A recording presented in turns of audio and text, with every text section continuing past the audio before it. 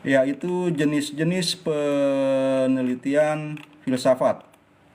Dari buku berjudul Metodologi Penelitian Filsafat, tulisan Anton Bakker dan Ahmad Haris Zubair.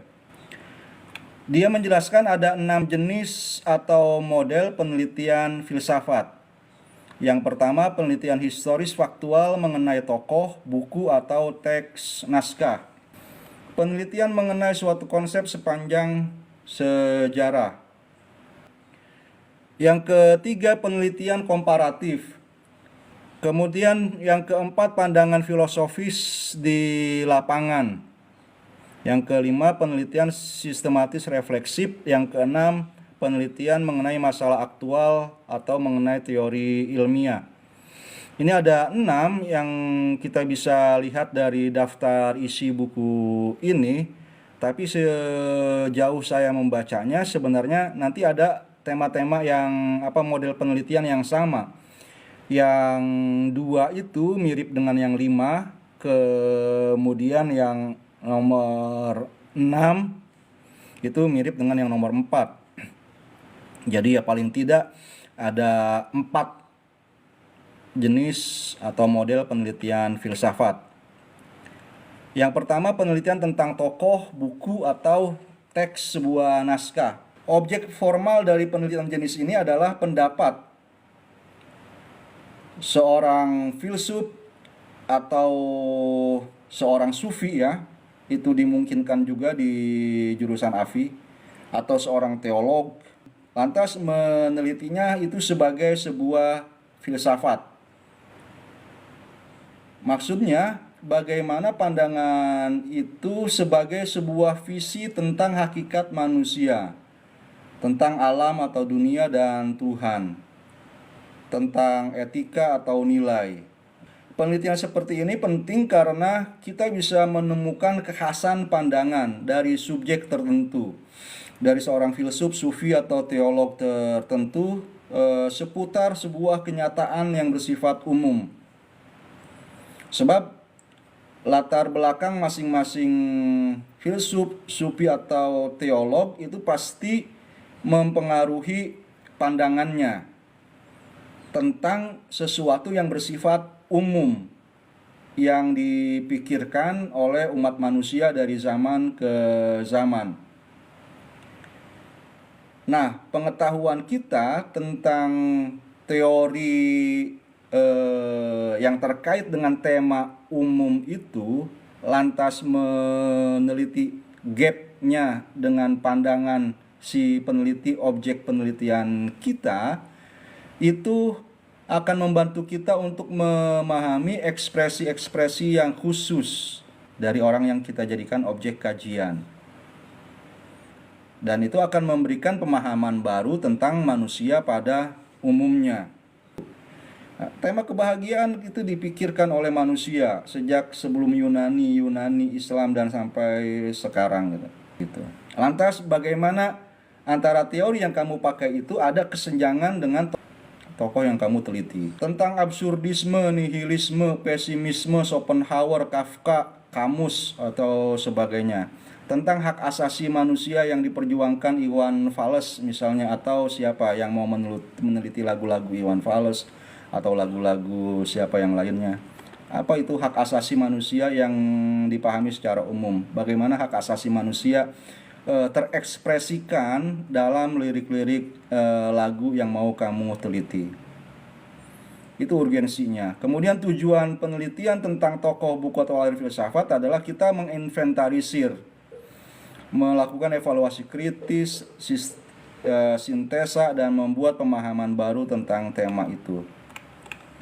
Kemudian ada penelitian mengenai suatu konsep sepanjang sejarah. Jadi di sini objek materialnya adalah ide filosofis yang kerap muncul dari zaman ke zaman, seperti apa itu keadilan, kebebasan, kebenaran, kesedihan, kebahagiaan, kesadaran, keterpinggiran, ketertindasan, korupsi, ya. Urgensi penelitian jenis ini adalah mengetahui keberlangsungan, kontinuitas, dan dinamika suatu konsep filosofis di dalam sejarah pemikiran, serta pergeseran titik-titik perhatian dan penekanan pada masing-masing fase atau masing-masing filsuf yang memberikan nuansa dan elemen yang dianggap penting terkait tema itu apa saja. Ini bisa kita sebut sebagai penelitian genealogis ya. Turun-temurun keterkaitan satu gagasan sepanjang sejarah. Tujuan penelitiannya hampir sama dengan yang terdahulu, menginventarisasi, mengevaluasi kritis, melakukan sintesa, dan membuat pemahaman baru. Kemudian yang ketiga, melakukan penelitian komparatif. Objek materialnya adalah minimal 2 filsuf atau aliran filsafat. Kalau mau dikomparasikan ya. Lebih ya boleh, 3. Saya nggak tahu berapa jumlah yang terbanyaknya. Minimal 2. Baru bisa ada perbandingan. 3 mungkin cukup. Kalau lebih dari 3 mungkin terlalu capek. Yang pendapat mereka yang kita bandingkan itu boleh jadi berdekatan atau berjauhan. Itu ya. Berdekatan boleh dibandingkan, berjauhan boleh dibandingkan. Berasal dari tradisi yang sama boleh, berasal dari tradisi yang berbeda juga boleh. Misalnya kamu mau membandingkan konsep kebahagiaan menurut Ibnu Sina dengan misalnya Suhrawardi gitu. Itu kan dari tradisi yang sama, tradisi filsafat Islam. Atau misalnya saya pernah menulis tentang kesedihan menurut Al-Kindi. Waktu itu saya ingin meluaskannya menjadi perbandingan dibandingkan dengan Nietzsche. Tapi nggak jadi saya kerjakan karena yaitu tadi pertimbangannya ini nanti artikel saya nggak selesai. Tapi kalau saya lakukan berarti saya melakukan perbandingan dari 2 filsuf yang berasal dari tradisi yang berbeda. Al-Kindi dari filsafat Islam dengan Nietzsche dari filsafat barat. Saya pernah bilang ke Anissa, Schopenhauer itu bisa dibandingkan dengan Abul Ala Al-Ma'ari karena dua-duanya berbicara tentang suram dan gelapnya atau pesimisme dalam hidup ya. Syarat untuk melakukan kajian komparatif adalah orang-orang yang kita bandingkan itu representatif, penting. Itu yang pertama, representatif.